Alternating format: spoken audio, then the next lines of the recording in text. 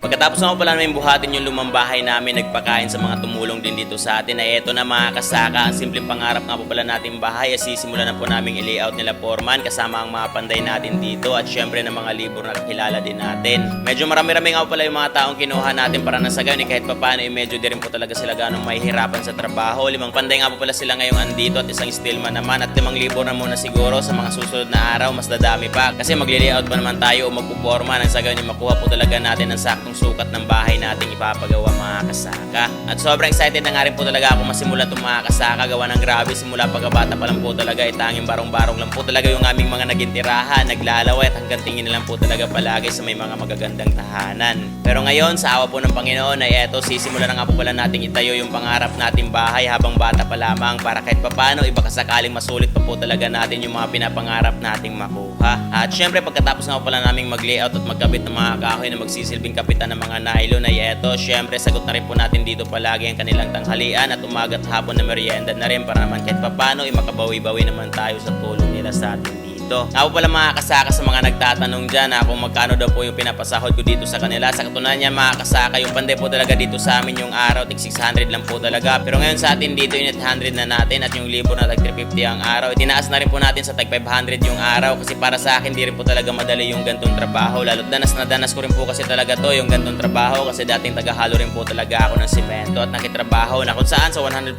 ko po talaga noong naging amo yung 80% doon medyo tagilid po talaga kahit sobra-sobra na yung servisyo mo para sa kanila. Hindi nga nakakapagbigay kahit merienda man lang sana. Kaya ngayon kahit papano hanggat kaya ibubusugin at sasahuran nga po pala natin sila dito ng maayos para makatulong man lang tayo kahit papano sa mga deserving po talaga at masisipag ng mga tao. Kasi una sa lahat sila po yung nakakatuwang talaga natin dito para sa pagbuo ng pangarap ko to para sa pamilya ko. At hanggang dito lang po pala ulit mga kasaka, naway samahan niyo po ako palagi hanggang sa mapatapos po talaga sana natin itong bahay natin pinapagawa.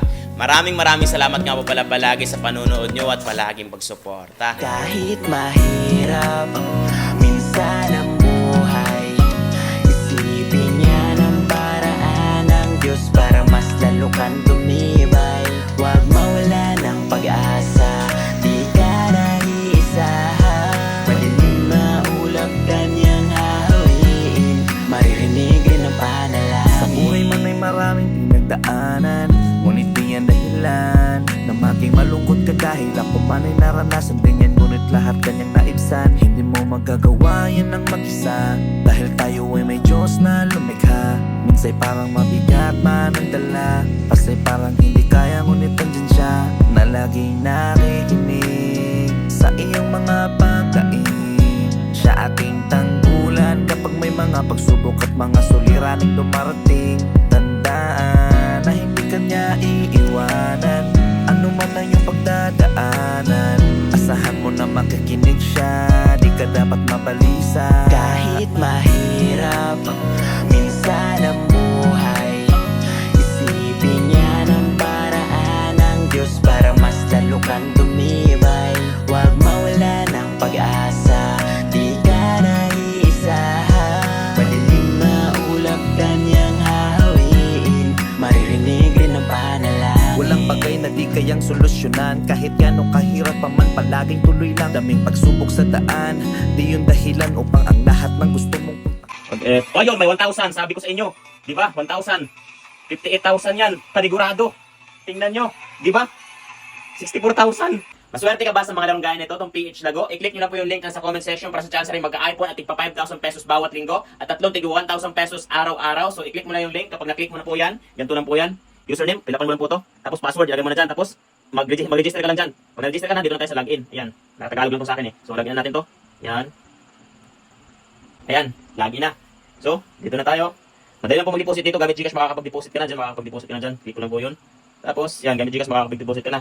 At magkano i-deposit mo dyan, depende sa kung magkano ilalaro mo. At kung may problema ka po patungkol sa pag-withdraw at pag-deposit, kontakin lang po sila dito sa message box na to. Yan, may mga agent po sila dyan. Mga totoong tao po talagang makakausap niya dyan. Kaya kontakin lang po sila dyan. At syempre, bawal po sa mga bata para lang po to sa mga nasa tamang edad na. At kung may paggagamitan yung pera mo, pakiusap lang, huwag nyo lang ilaro pa kasi alam naman natin na di sa lahat ng oras swerte ka. Kaya kontrol lang po sana. Ito nga pala isa sa mga hilig ko talagang laro dito, ito. Sweet Bonanza. Kasi dito siguradong paldo-paldo ka kapag na-tsempohan mo yung pasabog lang swerte dito. Kasi nagpapa-times 1,000 sila dito. Pag na-tsempohan mo talaga yung swerte mo. Yan. Basta gawin lang po natin ito na libangan o po natin antayin maubusan kasi alam natin na mahirap na kung mawalan. Kaya enjoy lang po sana. Pampalipas oras lang. Ayan. Ito yung ginagawa ko, ito na super bite talaga ako kasi madalas dito nagpapakaldo. 100 to hanggang magkano, depende sa kung magkano tataya mo. Pero yung tataya natin yung ito, 2.5 na natin. Tayo natin itong 2.5 kung lalago ba to. Yan. Yan. Tingnan natin kung magkano. Yun. Yun. Multiply yun. At times pa. Nagdagdagan pa yung spin natin. Ayun, may 1,000. Sabi ko sa inyo. Di ba? 1,000. 58,000 yan. Panigurado. Tingnan nyo. Di ba? 64,000. Paldo par. Di ba? Sabi ko sa inyo. Yan. Ano? 64,000. Pagka ganyan, withdraw na agad. Kasi malaki na yung bumawi, kaya withdraw na agad. Ayun, may 1,000 pa sa hindi na sumakabog. Ayun. 65,000. Withdraw na agad yan. So, para sa pa-iPhone, natin pa 5,000 pesos na sa comment section. Basahin nyo lang na maigi yan. Yung pa-iPhone natin. Withdraw na tayo. Bahala na yan. Huwag mong piliting gustuhin ka na